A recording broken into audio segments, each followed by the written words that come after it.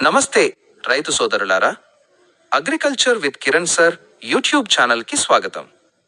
మన పత్తి సాగు సంపూర్ణ సమాచార సిరీస్లో భాగంగా ఈ రోజు వీడియోలో పత్తి పంట వేసే ముందు నుండి పంట వేసిన 120 రోజుల వరకు మనం చేపట్టవలసిన అత్యంత కీలకమైన పనులు అంటే నేల తయారీ, విత్తన ఎంపిక, విత్తన మోతాదు, నాటుకునే పద్ధతులు, విత్తన శుద్ధి మరియు ఎరువుల పూర్తి యాజమాన్యం గురించి ఎక్కడా ఏ పాయింట్ మిస్ కాకుండా పూర్తి లోతుగా తెలుసుకుందాం. వీడియో చాలా ఇంట్రెస్టింగ్గా ఉంటుంది కాబట్టి ఎక్కడా స్కిప్ చేయకుండా చివరి వరకు చూడండి. నేల తయారీ మరియు పశువుల ఎరువు. పత్తి పంటలో ఆశించిన దిగుబడి రావాలంటే నేలను సరైన పద్ధతిలో సిద్ధం చేసుకోవడం మన మొదటి మరియు అతి ముఖ్యమైన అడుగు. మీ భూమి గనక బరువైన నల్లరేగడి నేలలైతే లోతు దుక్కులు దున్నుకోవాలి.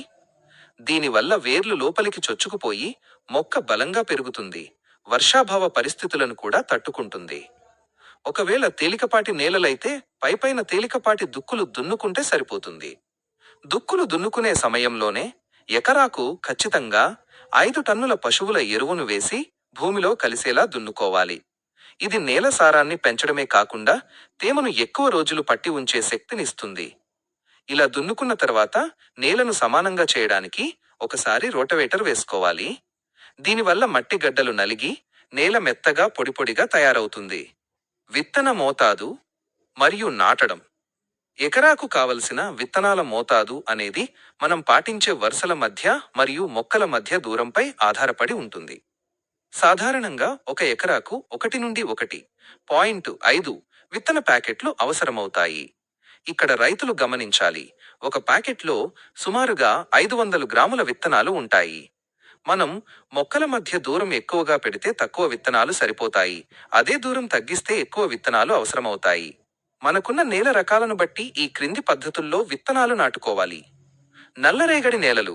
ఈ నేలల్లో వరుసల మధ్య మరియు మొక్కల మధ్య దూరం 4-2 అడుగులుగా ఉండేలా చూసుకోవాలి. ఈ పద్ధతిని పాటిస్తే ఎకరాకు మొత్తం 5555 మొక్కలు వస్తాయి. మధ్యస్థ నేలలు. ఈ రకం నేలల్లో 4 అడుగుల వరుసల దూరం మరియు 1.5 అడుగుల మొక్కల దూరం పాటించాలి. దీనివల్ల ఎకరాకు మొత్తం 7407 మొక్కలు వస్తాయి. తేలికపాటి చేల్క నేలలు. ఇలాంటి తేలికపాటి నేలల్లో దూరాన్ని తగ్గించి 3-1 అడుగుల విస్తీర్ణంలో నాటుకోవాలి. ఇలా చేయడం వల్ల ఎకరాకు గరిష్టంగా 14815 మొక్కలు వస్తాయి. ఉత్తమ విత్తన రకాలు. ప్రస్తుతం మార్కెట్లో మంచి దిగుబడినిస్తూ రైతులకు నమ్మకంగా ఉన్న కొన్ని బెస్ట్ పత్తి విత్తన రకాల గురించి ఇప్పుడు చూద్దాం. రాశి 659, రాశి స్విఫ్ట్, కావేరీ బంపర్, కావేరీ చెత్తీస్, Crystal CH 369, Super Target, Bioseed GHH 029. విత్తన కొనుగోలు మరియు విత్తన శుద్ధి. రైతు సోదరులు విత్తనాలు కొనేటప్పుడు కొన్ని జాగ్రత్తలు తప్పకుండా తీసుకోవాలి. మీరు గుర్తింపు పొందిన విత్తన డీలర్ల దగ్గర ప్యాకెట్లు కొనుగోలు చేస్తే వాటికి విత్తన శుద్ధి చేయాల్సిన అవసరం లేదు, ఎందుకంటే కంపెనీ వాళ్లే ముందే కెమికల్ ట్రీట్మెంట్ చేసి ఇస్తారు.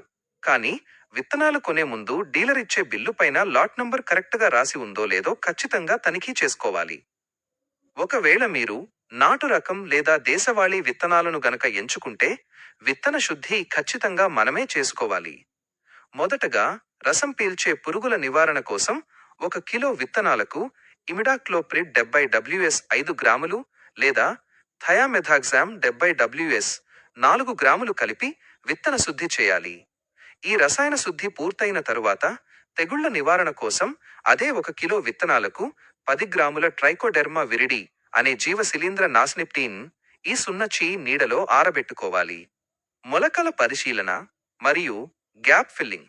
విత్తనాలు నాటిన 14 రోజుల తర్వాత చేనును ఒకసారి జాగ్రత్తగా గమనించాలి.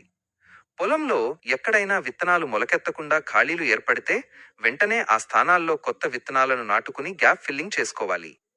దీనివల్ల పొలంలో మొక్కల సంఖ్య తగ్గిపోకుండా ఎకరాకు ఉండాల్సిన సరైన మొక్కల సాంద్రతను మొదటి నుండే కాపాడుకోవచ్చు.